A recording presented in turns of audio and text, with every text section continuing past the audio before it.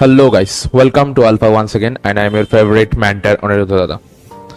तो आज के इस वीडियो में हम लोग डिस्कस करेंगे 18th को जो सुप्रीम कोर्ट का फाइनल वर्डिक्ट आने वाले हैं उनमें रीनीट का चांसेस क्या होगा, रीनीट होगा तो क्या क्या दिक्कत होने वाले हैं, रीनीट ना हो तो क्या क्या दिक्कत होने वाले हैं और रीनीट होने का एक्चुअल पे कितना चांसेस है, क्या क्या क्वेश्चन अराइजेस हो रहा है, क्या क्वेश्चन अराइज होगा फाइनल वर्डिक्ट पे, वो सारा कुछ समझने की कोशिश करेंगे।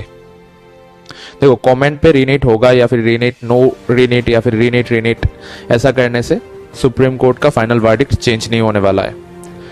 तो हम और आपके कमेंट्स पे फाइनल वर्डिक्ट पे कोई असर नहीं पड़ेगा। लॉजिकली समझना जरूरी है क्या क्या क्वेश्चन उठ रहा है एनटीए के ऊपर जिसके वजह से रीनीट का चांसेस बढ़ रहा है, और रीनीट होगा अगर तो क्या क्या प्रॉब्लम होगा, वो सारा कुछ लॉजिकली समझने का जरूरत है। देखो, अगर रीनीट होगा तो जिन लोगों ने बहुत अच्छे से मेहनत करके पूरे साल हार्डवर्क करके बहुत अच्छा मार्क्स लाए हैं, बहुत अच्छा रैंक्स लाएंगे, उन लोगों के साथ इनजस्टिस हो जाएगा, क्योंकि उन लोगों का तो कोई गलती नहीं है। वो लोगों ने तो बहुत मेहनत करके बहुत हार्डवर्क करके ये रैंक ये मार्क्स लाया है, तो उन लोगों के साथ थोड़ा इनजस्टिस हो जाएगा। अगर रीनीट नहीं होगा तो उन लोगों के साथ इनजस्टिस होगा जिन लोगों ने बहुत मेहनत किया है, बहुत हार्डवर्क किया है, बहुत मेहनत करके बहुत अच्छा मार्क्स लाए हैं, पर due to paper leakage, due to high marks of this year उन लोगों का रैंक बहुत पीछे चला गया है और वो डिजर्विंग होके भी उन लोगों को डिजर्विंग कॉलेज नहीं मिल रहा है या फिर शायद कोई गवर्नमेंट कॉलेज ना मिल रहा है। तो अगर रीनीट नहीं होगा तो इन लोगों के साथ इनजस्टिस हो जाएगा। अब दोनों साइड पे बहुत सारे प्रॉब्लम है, दोनों साइड पे बहुत सारे कॉन्स है। अब फाइनल वर्डिक्ट पे जब supreme court, honourable supreme court final verdict देंगे तब एनटीए को कुछ सवालों का आंसर देना पड़ेगा। पहला सवाल, why 27 students from 5 different states has appeared in the NEET exam from Godhra in Gujarat।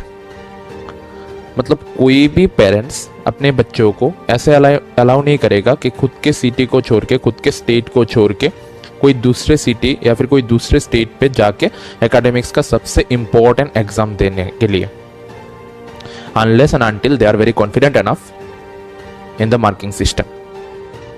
इसका कोई प्रॉपर रीजन या फिर एक्सप्लेनेशन अभी तक नहीं मिल रहा है, जो बहुत बड़े एक कॉन्स्पिरेसी थ्योरी के तरफ इशारा कर रहा है। फिर जो और एक थ्योरी आ रहा है, जो नीट पेपर लीकेज का मास्टरमाइंड है, मैं नाम नहीं बोलूंगा अभी, पर मीडिया पे ऑलरेडी उनका नाम बहुत बार आ चुके हैं, वो 6 मई से मिसिंग है। दो नीट पेपर का जो मुद्दा है, नीट लीकेज का जो मुद्दा है, वो 4 जून को रिजल्ट आने के बाद, रिजल्ट पब्लिश होने के बाद लाइट पे आया है, पर जो मास्टरमाइंड है वो 6 मई से ही मिसिंग है। ऑलरेडी उनके बारे में बहुत सारी चर्चा हो रहा है नेशनल मीडिया पे, बहुत लोगों को उनका नाम भी पता है। थर्ड जो प्रॉब्लम है, जो एनटीए को जवाब देना पड़े, वो है, देखो, बच्चों का कट ऑफ बढ़ सकता है। कट ऑफ 4 चीज़ों के लिए बढ़ता है, बहुत सारा टाइम मिले, या फिर क्वेश्चन का पेपर बहुत इजी हो जाए, या फिर सिलेबस रिड्यूस हो जाए, या फिर प्रिपरेशन लेवल बहुत अच्छा हो जाए। अब 10-15% सिलेबस रिड्यूस हुआ था इस बार नीट के जो सिलेबस है उस पे से, पर 10-15% सिलेबस रिड्यूस होने पे इतना हाई मार्क्स, इतना मार्क्स के ऊपर की तरफ मार्क्स का इतना शिफ्टिंग बहुत एबनॉर्मल है, जिसका आंसर एनटीए के पास नहीं है। मतलब अगर शिफ्टिंग होना है तो लोअर मार्क्स पे भी बहुत शिफ्टिंग होने का पॉसिबिलिटीज था, पर लोअर मार्क्स पे शिफ्टिंग इतना नहीं हुआ है जो कि ज़्यादा होना चाहिए था। शिफ्टिंग कहाँ हुआ है, 650 से 720 मार्क्स पे जो रेंज है उस पे बहुत ज़्यादा शिफ्टिंग हुआ है। बहुत सारे बच्चों ने मेहनत करके वो मार्क्स लाया है, उनकी बात अलग है। पर कुछ कुछ बच्चे का जो शिफ्टिंग है वो बहुत ही एबनॉर्मल है। कुछ ऐसे भी केस सामने आया है कि बहुत सारे बच्चों ने बोर्ड का रिजल्ट बहुत खराब है, पर उन लोगों का नीट का मार्क्स 680 प्लस है, 690 प्लस है, 700 प्लस है, जो बहुत ही अब्सर्ड है। ऐसा तो नहीं होता ना कि बोर्ड पे तुमने बहुत बुरा किया है और नीट पे 700 प्लस, 690 प्लस, 680 प्लस तुमको मिल गया है। इसका भी कोई प्रॉपर एक्सप्लेनेशन नहीं है। और ग्रेस मार्क्स का जो मुद्दा है, दो ONTA ने कोशिश किया है उसको रेक्टिफाई करने के लिए, उसका क्लैरिफिकेशन देने के लिए, पर एक्चुअली कितने बच्चों को ग्रेस मार्क दिया गया है उसका परफेक्ट फिगर भी लेके बहुत थ्योरी चल रहा है, उस पर भी बहुत सारे कंफ्यूजन है। जो बच्चों का रीनीट हुआ है, जिन लोगों को ग्रेस मार्क बोला गया था NTA की तरफ से दिया गया है, उन लोगों का रीनीट हुआ है 1500 बच्चों का, उनमें से 800 बच्चों ने सिर्फ APR किया है। उन लोगों का मार्क्स भी तुम देखो, कुछ कुछ बच्चों को छोड़ के उन लोगों का मार्क्स भी बहुत बेकार है।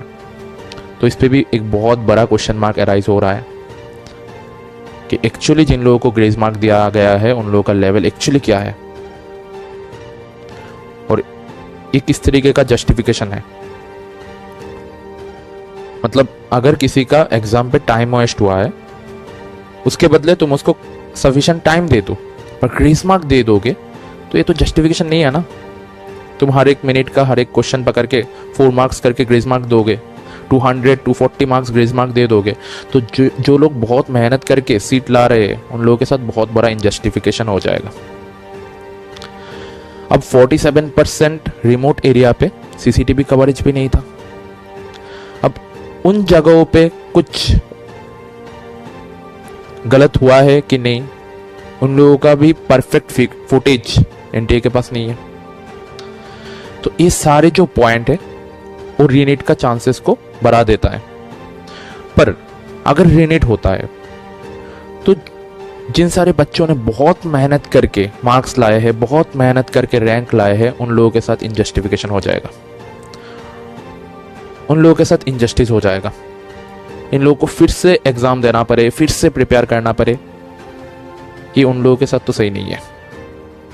तो दोनों तरफ से कुछ प्रॉब्लम है, दोनों तरफ से कुछ दिक्कत है, दोनों तरफ से कुछ कौन से।